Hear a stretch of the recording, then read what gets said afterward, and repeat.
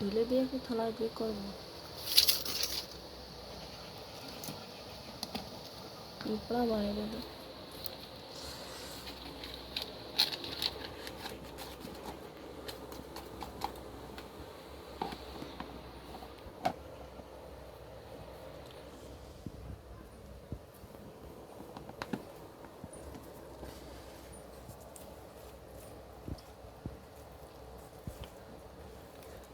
এটা কি মাছ? মাছ। কি রান্না হবে? আলু ভাতে মাছের টক। আলু ভাতে মাছের টক।